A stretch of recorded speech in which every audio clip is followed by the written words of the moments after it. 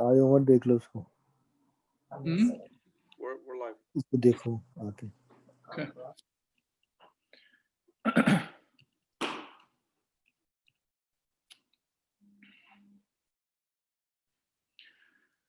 بسم الله الرحمن الرحيم. Alhamdulillah, nahmaduhu wa nusalli ala rasulihil kareem. Amma ba'd. Inshallah, today we will cover the section that we started off 2 weeks ago on the Sunnah as one of the sources of Hukm Shar'i. Today is the third session, and inshallah, we'll try to finish it off today. So today what we'll cover would be regarding the types of ahadith. When it comes to from the transmission perspective, there are two kinds of ahadith. One is referred as mutawatir, and the other one is called khabar ahad. And inshallah, I will go one by one on this categorization in the coming slides as well. When it comes to khabar ahad itself has three categories. One is called gharib, second is aziz, and the third one is mashhur. So let's move on into the definitions of these hadith. When it comes to mutawatir, mutawatir is when I look at from the perspective of the dalil, is transmitted by an indefinite number of people. Due to the large number of people reporting the dalil and their diversity of residence, reliability, and conviction, it is inconceivable that this dalil could be fabricated, or not only fabricated, or this dalil can have any kind of a mistake, whether because of forgetfulness, or whether because of writing, or even somebody is trying to fabricate something. So the mutawatir actually, it takes away any kind of doubt that this hadith for sure is from Rasulullah. So it takes all sorts of doubts away. Now, when it comes to the number of chains that are reporting the hadith, as I mentioned, it's an indefinite number. There are different muhaddithin actually define it differently, or fuqaha define it differently, the number-wise. But the main concept behind mutawatir is that it takes away all sorts of doubts that there could be any kind of a fabrication or any kind of mistakes in the hadith. So the minimum number of transmitters that are required to classify a dalil as mutawatir is generally 5. As I mentioned, you will find that different scholars have different definitions, and that's not only the case for this specific kind of mutawatir we're talking about. Even the other types of ahadith that we'll be talking about today, inshallah, we should remember that different scholars do have different definitions for the very same ideas, but at the end of the day, they all are discussing whether it's the authenticity of the hadith, or the text they look into it, whether it is reliable or not. So here, one of the examples of the hadith that we have, hadith mutawatir, which we have discussed previously as well, when we were talking about the qara'in. So the hadith that Rasulullah said, "Man kadhaba alayya muta'ammidan falyatabawwa maq'adahu min an-nar." The hadith says, "Whosoever lies about me, Rasulullah sallallahu alaihi wasallam, deliberately, muta'ammidan." It's not like a mistake. Somebody has it's not. We're not talking about slip of a tongue or anything. It's rather talking about somebody is intentionally, deliberately making a mistake, making a lie about Rasulullah sallallahu alaihi wasallam. So whosoever lies about Rasulullah sallallahu alaihi wasallam, he says me, which is Rasulullah sallallahu alaihi wasallam in the hadith, let him take his place in the hellfire. This hadith is reported by Muslim and many other scholars of the hadith in their books. Okay, then we move to the next type of the hadith, which is khabar ahad. Okay, khabar ahad or riwayah ahad is a number less than mutawatir, which means any hadith that does not reach the level of mutawatir, then it comes under the category of ahad. Ahad also has three types. The one I probably should have put in a different order. Gharib should have been first, and Aziz and Mashhur, but let's go the order that I have put here. The mashhur is the hadith or the type of a hadith which is reported by at least three individuals in every class. So Sahaba, Tabi'in, Taba Tabi'in, every class we're talking about, you have unique three different people. So at least three. And or it can be more, but it's still less than to reach the level of tawatur. So whatever the definition of tawatur is according to the scholar, they will fall between three and whatever the limit of the mutawatir is. Like the hadith of Rasulullah sallallahu alaihi wasallam mentioned by Bukhari, al-Muslimu man salim al-Muslimuna min lisanihi وَيَدِهِ وَالْمُهَاجِرُ مَنْ هَجَرَ مَا نَهَى اللَّهُ عَنْهُ. A Muslim is one who avoids harming Muslims which, with his tongue or his hands. And a muhajir, an immigrant, is the one who gives up, abandons all what Allah has forbidden. This hadith is reported by Sahih Bukhari, and this hadith is considered as a mashhur hadith. Similarly, when we talk about the Aziz, Aziz is a category which is a hadith reported by at least two individuals in every class. But Aziz, I found that there are actually a little bit of a variation in the definition. Some of the fuqaha, they call it that every level you have to have two individuals, and others say that at least one of the levels at least in one of the levels you will have two individuals only. So that will make it only two chains. So either way, you will end up with two chains only, but one is more stringent than the other, because if it's asking for every level, you have to have two. One of the examples of the hadith is reported by Anas رضي الله عنه قال قال رسول الله صلى الله عليه وسلم لا يؤمن أحدكم حتى أكون أحب إليه من والده ووالدي والناس أجمعين. A hadith says, which is reported by Anas bin Malik radiallahu anhu, he said, Rasulullah said that you cannot be a true believer. You cannot be a true believer unless I am more beloved to him than his father and his child and all mankind. And this hadith is agreed upon. Muttafaqun alayhi means that this hadith is reported by both Sahih Bukhari and both Imam Bukhari and Imam Muslim, which means that the hadith fulfills the criterion of both those shuyukh. And actually, there is a term in reference to a hadith. We hear this term a lot, that it is authenticated by Shaykhain. Whenever it says Shaykhain, it actually is referring to Imam Bukhari and Imam Muslim. Just for if it comes across, that's what it means. Another hadith, another type of the ahad hadith is called gharib. And gharib is a hadith reported by only one individual in one or more classes, meaning the chain as a whole, the chain becomes one. So in one of the levels, it's only one person reporting the hadith. Like one of the hadith reported by Imam Tirmidhi, it says, "At-ta'imu ash-shakiru bi manzilati as-sa'im as-sabir." This hadith says the one who eats and is grateful is like the status of the patient fasting person. This hadith is according to Tirmidhi, or also Imam Tirmidhi is referred by Abu Isa as well, and he referred this hadith as gharib, and it's also hasan. Gharib means there is only one chain in the there's only one chain that is reporting the hadith, or at least what it means by that is at one level, one of the levels have only one chain, one person in it. Okay. Now, when it comes to the authenticity of the reporters of the for khabar ahad, and it applies to khabar ahad only, we're not talking about the mutawatir in this case. So there are three types of ahadith from the authenticity perspective. One is called sahih, other is called hasan, and third one is called da'if. Da'if means weak also. And the da'if itself has, we're talking about 6 or 7 categories here. Other fuqaha have mentioned more. The purpose of us talking about all these categories is just to get at least really just a taste of ilm al-hadith here.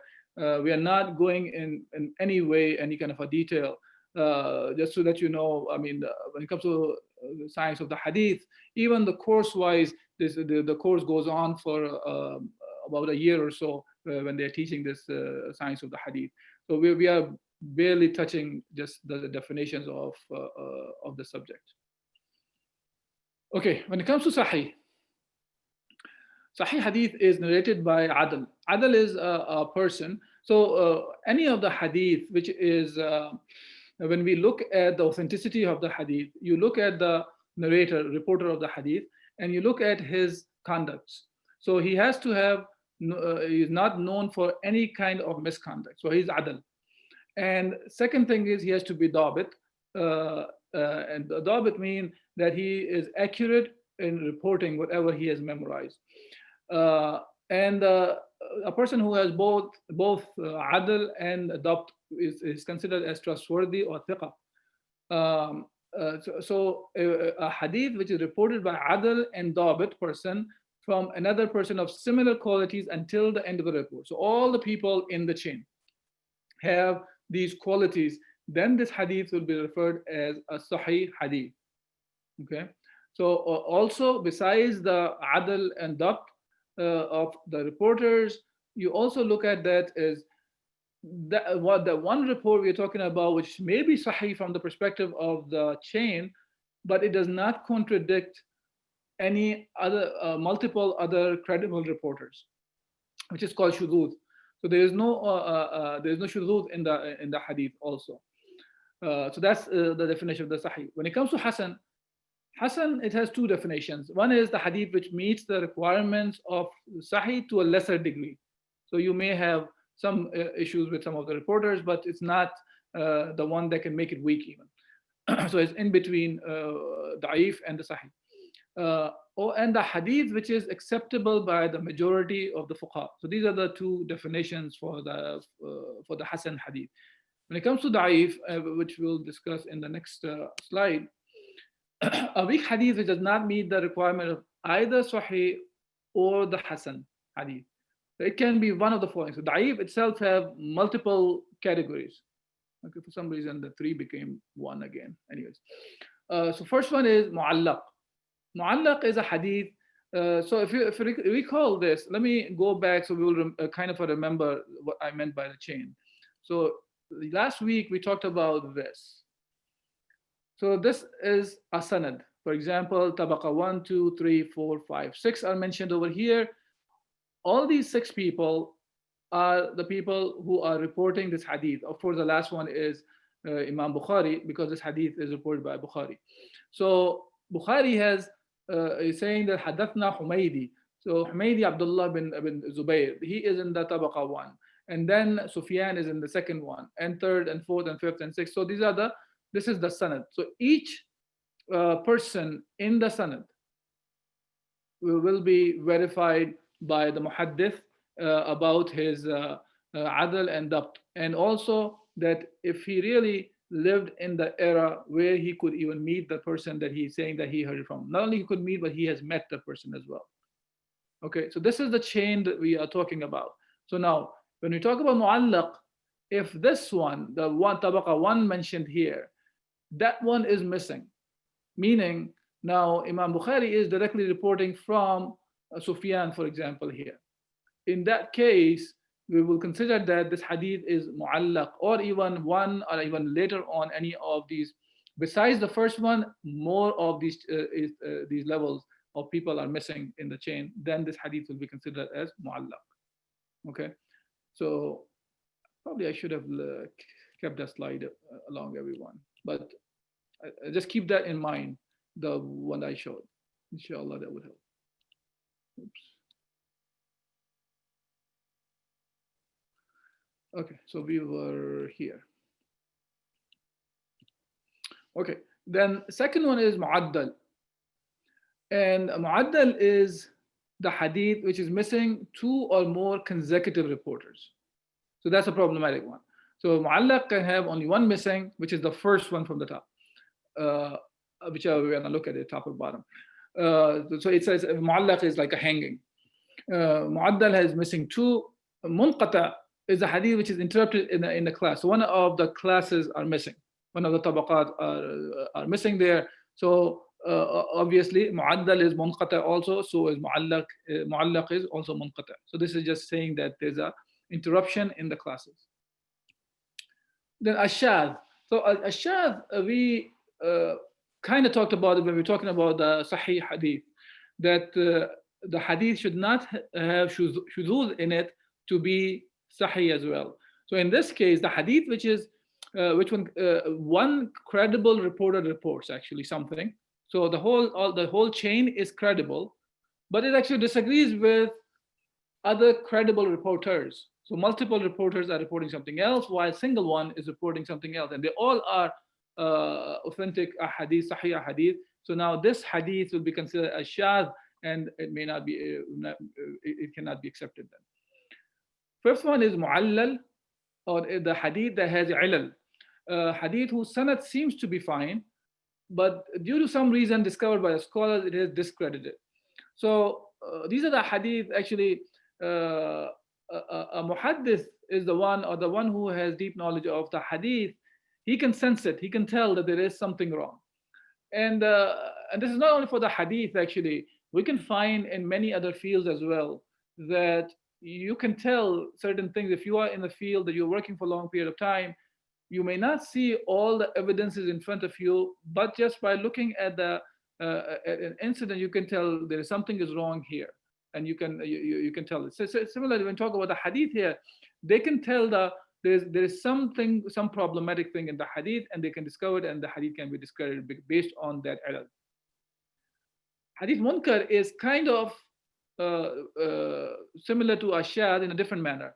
This is the hadith in which non-credible reporters conveys a message which is disagreement with what was reported by credible reporters. So in the ashad, it was actually one credible reporter was disagreeing with many other credible reporters. Here, a hadith in which non-credible reporters convey a message, which is in disagreement with what was reported by credible reporters. So that hadith will also be rejected based on that, or will be called munkar, actually, not rejected. The hadith category will be called munkar, and it will fall under the category of da'if hadith. Now, seventh one is, it's a fabricated hadith. Which is called mawdu'. These are hadith. There were people who have made some hadith for either to hurt Islam, and some of them with a good intention of thinking, if we make some hadith that can push people to do more goodness. Like for many of the hadith, we find things like in which fadail a'mal have been mentioned. And so many of them you will find that those are hadith may not have any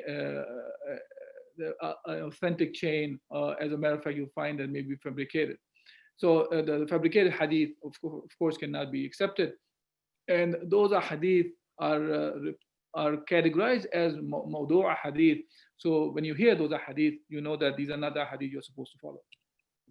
Okay, so that was just a very simple example, or some of the definitions of the ahadith and their classifications. After that, the topic I will cover today would be about the reconciliation, reconciling a perceived conflict between two or more ahadith. So there are some people who have raised this issue that there are ahadith that have conflicting text in it. So, or at least apparently it looks conflicting. So as a result, so they start saying that if the hadith has conflicting message in it, then we will reject both the hadith. Or some of them went to the extent that they rejected the Sunnah as a whole completely based on their misunderstanding of the Sunnah of Rasulullah sallallahu alaihi wasallam, or the hadith, how you're supposed to look at it. So in reality, both these approaches, whether we talk about rejecting the hadith just because they seemingly look like they have contradictory text in it, or to reject the Sunnah as a whole, because we have to really know that why it seems to have a conflicting text in it, or the actions or the sayings don't seem to be correct. So the question comes in is, so how do we look at those kind of ahadith, two ahadith or multiple ahadith?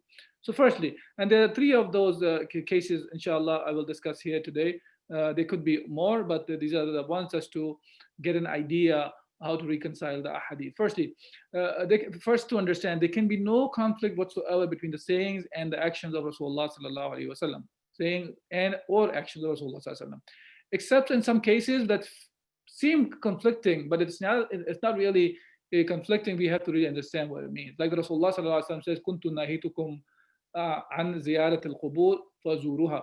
I used to prohibit you from visiting the graveyards. Now go and visit them. Now this hadith is very clear actually about abrogation, meaning Rasulullah sallallahu alaihi wasallam in the beginning told the Sahaba not to visit the graveyards, and then Rasulullah sallallahu alaihi wasallam actually commended them that go and visit. So the second part of the hadith is very clear to show that now that there is an abrogation has been revealed. So the rejection of the Sunnah cannot be claimed due to the cases of abrogation, because the concept of abrogation is part of Islam. We have discussed that when we were talking about the Quran in the previous sessions, and we talked about what kind of abrogations can happen. Like for example, Quran can only abrogate the Quran. The Hadith cannot abrogate the Quran, but the Hadith can abrogate Hadith, or the Quran can abrogate the Hadith, and so on. If somebody would like have any questions, something can go back and revisit those slides from the previous sessions, inshallah. Okay. Now, okay. Secondly, some signs of Sahaba reported a variety of actions by Rasulullah sallallahu alaihi wasallam. For example, there are reports that Rasulullah sallallahu alaihi wasallam made salah with his hands on his chest. Others say that the hands were on his midsection, and some report about leaving the hands on the side. Now, this doesn't indicate a conflict; rather, it illustrates that Rasulullah sallallahu alaihi wasallam was doing both. And that either action is permissible during the salah, and that could be talked about other actions as well during the salah, whether it is talking about rafa yadain and how Rasulullah used to sit in the salah, and on and on. So if there is a variation that we see, that means Rasulullah have done both ways. So both ways can be looked at as correct actions. Okay, thirdly, if there is a seeming conflict between the speech and an action of Rasulullah, then this action is specifically for him, while the text or the statement is for the Muslims. An example of this is Rasulullah used to continuously fast day and night, which is called wisal. And we talked about in the last week's session also that there are some actions which are specific for Rasulullah sallallahu alaihi wasallam, and that sunnah was for him and not for the ummah to follow. While so now wisal was one of the kinds of fasting that he himself fasted, but Sahaba were not allowed; they were prohibited for practicing this action. So that reminded me, last week there was one of the examples that I mentioned about the actions of Rasulullah sallallahu alaihi wasallam that are not allowed for us to follow. And one of the examples mentioned was that Rasulullah sallallahu alaihi wasallam, it was not must on him to have the dowry part of the contract for him. And somebody raised a question about that, for the evidence of that. And I really have to go back and look for the evidence. I don't recall the evidence. I could not find it. But that does not change anything actually about the subject itself. When it comes to Sunnah, there are three categories of the Sunnah of Rasulullah sallallahu alaihi wasallam. One is which carries the Hukm Shar'i, or the legislation for us to ahkam to be taken from. Second is which is the fitrah of Rasulullah sallallahu alaihi wasallam as a bashar, as a human being, and the third one, which is specific for Rasulullah sallallahu alaihi wasallam, and that's the one I am talking about here. Okay. Now, application of the Sunnah. Oh, are we with the time? We're good. Okay. I think I'll go to the questions, because I see some questions are popping up. I will go to them at the end now, inshallah, so at one time. When it comes to the application of the Sunnah can be applied in 5 ways. Sunnah can explain a word which is not explained in the Quran. For example, Allah Azza wa Jal mentions waqimu salah, establish the salah. When it comes to how to pray, it is not mentioned in the Quran. Rather, it is given to us by the Sunnah of Rasulullah sallallahu alaihi wasallam, as Rasulullah said, "Sallu kama ra'aytumuni usalli," that pray as you see me pray. And that's not only goes for the salah, rather it goes for many other ahkam which are mentioned in the Quran, whether it's for the Hajj, Zakah, Jihad, and others. And we find that Rasulullah SAW from his actions actually showed us how to do them. So this is the first category. The Quran mentions a hukm, but the explanation comes in the Sunnah of Rasulullah sallallahu alaihi wasallam. Okay, now second one, the Quran mentions a general term which could not be applied to any person, while the Sunnah further specifies the term and forms another rule. For example, Allah Azza wa Jal says, "Azaniyatu wa zani fajlidu kulla wahidin minhuma miyata jalda." The man and the woman who commit zina, flog each of them with 100 lashes. This is mentioned in Surah An-Nur, ayah number 2 in the Quran. Here Allah Azza wa Jal is talking about the punishment of a zani and the zaniya. So this rule can be applied to any male or female who's found guilty of zina. However, Rasulullah SAW actually specifies the married men and women. If they commit that, then they can be stoned. Now, this is the case. He ﷺ singled out the married men and women and gave them the rule of stoning to death for zina. And as an example, we can find that that Rasulullah in the Sahih on the authority of Ibn Umar, Rasulullah is stoned to death Jewish men and women for committing adultery, and that was actually from their own rulings, also in their own book that was mentioned there. Okay. Now the third application of the Sunnah is a rule may be mentioned in the Quran without any restrictions, but the Sunnah places restrictions on the rule. Like, for example, when Allah subhanahu wa ta'ala says, وَالسَّارِقُ وَالسَّارِقَةُ فَاقْطَعُوا أَيْدِيَهُمَا جَزَاءً, that the male and female thief cut their hands. Now, there is no restriction placed on this rule when it comes to the ayah.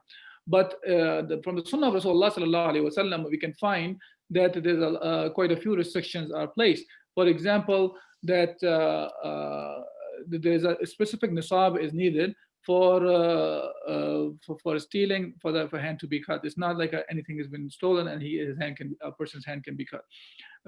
So one of the opinion about that is 1/4 of a dinar in gold. There is even a ikhtilaf about this issue based on different ahadith.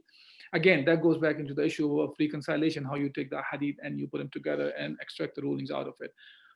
Okay, and that's then one part of it. Second part of that is that has to be whatever the property is, it has to be in a proper secure place. It cannot be just open in an open area. It has to be at least some average protection is there. So, for example, if a piece of a jewelry is left in the open, while the norm is that there is some sort of protection is there for the jewelry, and somebody just steal that, in that case, that this had will not be applied, even though the haram is there. So it should not be mistaken that we are saying that if it's below the nisab or if it's not protected, then if somebody steals that, then it's not, the haram is not committed. Haram is committed still. We are just talking about this specific rule, how it will be applied. So in that case, that had will not be applied on the person who has stolen, whether male or female, doesn't matter. Okay. Now, an original rule in the Quran, which is explained, has neither restrictions nor exceptions, but the Sunnah adds new items to the original rule. Now, when Allah subhanahu wa ta'ala says, حُرِّمَتْ عَلَيْكُمْ أُمَّهَاتُكُمْ وَبَنَاتُكُمْ وَأَخَوَاتُكُمْ وَعَمَّاتُكُمْ وَخَالَاتُكُمْ وَبَنَاتُ الْأَخِ وَبَنَاتُ الْأُخْتِ وَأُمَّهَاتُكُمْ اللَّاتِي أَرْضَعْنَكُمْ وَأَخَوَاتُكُمْ مِنَ الرَّضَعِ. Allah subhanahu wa ta'ala is talking about that which of the women are forbidden for you, that are your mothers, your daughters, your paternal and maternal aunts, nieces, foster mothers, sisters, and on and on and on. But that ayah is talking about specific restrictions, but the Sunnah comes and put more restrictions here, actually, or more exceptional cases here, because Rasulullah sallallahu alaihi wasallam said, "Naha Rasulullah sallallahu alaihi wasallam an yujma bayn al-marati wa ammatiha wa bayn al-marati wa khalatiha," which is talking about no woman can be married to a man who is already married to her sister or her maternal or paternal aunt. So it is not allowed to marry two of those at the same time. Okay. Now, the fifth application of the Sunnah is a rule originating from the Sunnah and not in the Quran. So this one is not mentioned in the Quran at all. It's just coming from the Sunnah. For example, Rasulullah sallallahu alaihi wasallam said, "الناس شركاء في ثلاث هي الماء والكلاء والنار. People are partners in three things: the water, the grazing land, and the fire, or which means the fuel. And actually, the other hadith that talks about more than that also. That includes, for example, those mines which have infinite amount of resources in them. And it all depends on what kind of a stuff you're talking about. But these ahkam are coming directly from the Sunnah, and Quran does not even have it. And this rule itself has tremendous amount of application because it changes the whole way of looking at the economic system. Because this hadith is talking about that what are the type of things which are called public property in Islam, because Islam talks about state property, public property, and private property. So this kind of gives a framework of how to define the public properties. So these are the applications of the Sunnah, and inshallah, that's all I had for today. Inshallah, tomorrow, next week, 2 weeks, we'll talk about Ijma' Sahaba and the Qiyas. And then after that, we will move on to those sources which are not agreed upon. So we'll stop here as far as the talk goes, and I'll inshallah try to answer the questions we have. And let me look at the questions that we have over there. And unless somebody wants to actually talk, that's fine too. Okay, how do I go to?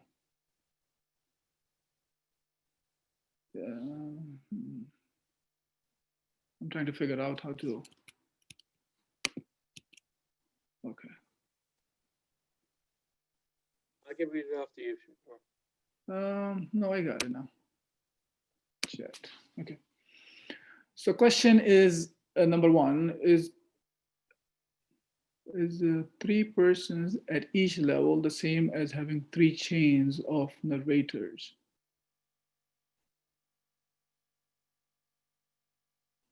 Okay, so you have to explain to me the question. Is this from the YouTube or? YouTube.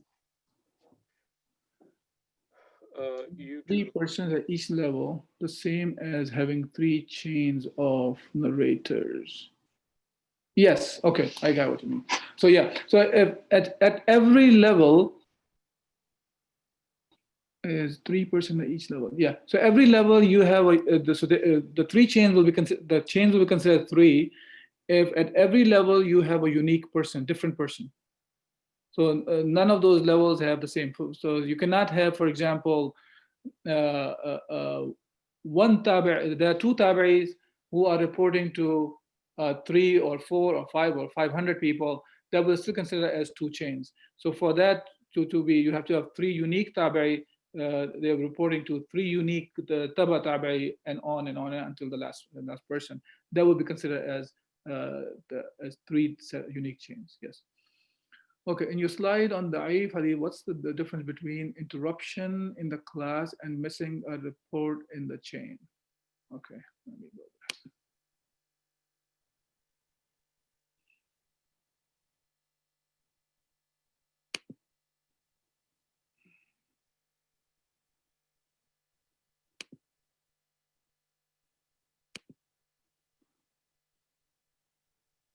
This is the one, I think. So the munqata is a hadith which has interruption in the class, while so munqata, the interruption in the class is, so see, don't forget that you can have within the same class, because you can have sahaba in one class, right? So one sahabi is reporting another sahabi, and that may report to another sahabi, and that sahabi reports to a tabi'. Now, all these three sahaba will be part of one class. So if this whole class is missing, that's called missing the interruption in the class. Now, you can have a missing person. So one sahabi is not mentioned, while actually the tabi did not hear directly from that sahabi. He heard it, he heard from the one that the name he's reporting of the sahabi is not the one he heard from. He may have heard from a different sahabi in reality. So that will be different than the interruption in the whole class.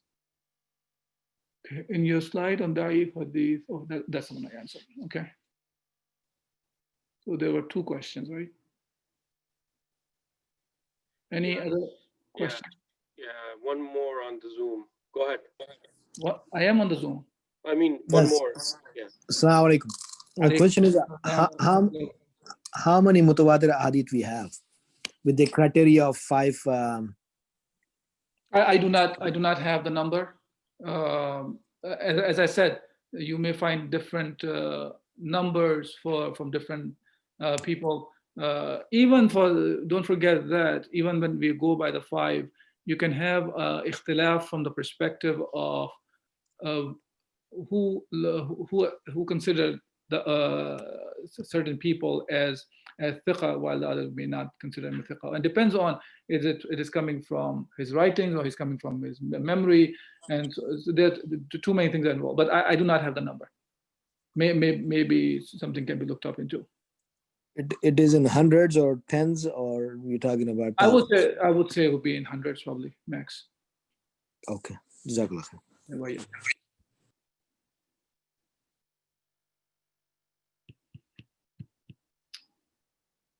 Okay. This is it. This Looks is like it. Okay. جزاكم الله خيرا. سبحانك اللهم وبحمدك نشهد أن لا إله إلا أنت ونستغفرك ونتوب إليك. السلام عليكم ورحمة الله وبركاته. Wa alaikum assalam wa rahmatullah. Jazakumullah khairan. See you inshallah.